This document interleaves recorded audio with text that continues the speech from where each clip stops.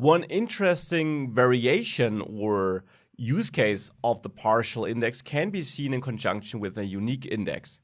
For this, I will have to create a little demo here, a short example. And I will create a new collection for that.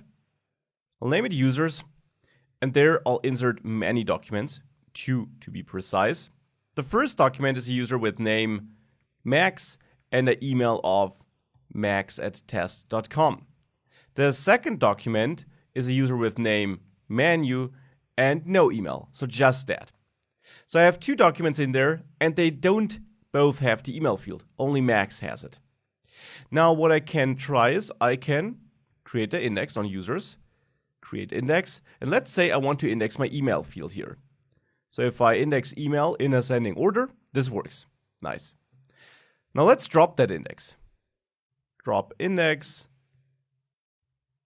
email 1. Because what I now want to do is I want to add this index as a unique index. So unique true, whoops, not here though, but in the second argument to the create index function here, unique true. This also works.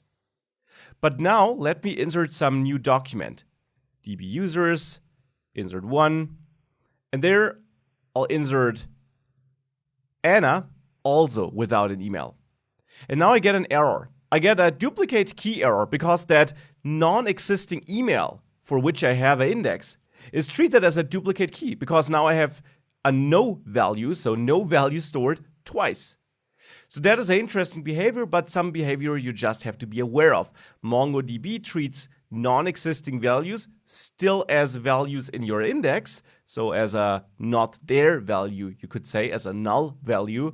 And therefore, if you have 2 documents with no value for an indexed field, and that index is unique, you will get this error. Now, if you have that use case and you know, yeah, but I want to be able to turn this into a unique index, and it's okay if some people don't have an email address. If that is what you want to do, then you have to create the index a bit differently.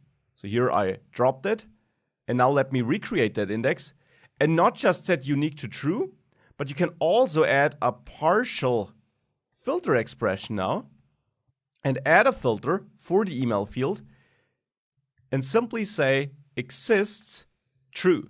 So this filter simply says, I only want to add elements into my index where the email field exists. And this will avoid the case of having a clash with unique.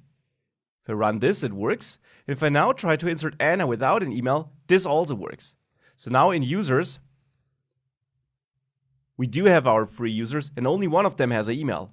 If I were to try to add Anna with the same email I already have in there, so with max@test.com, then it would fail because this is indexed. All fields where the email exists are indexed. I just used the combination of unique and partial filter expression to not index fields where no value or where the entire field does not exist. And this allows me to still use unique on that field.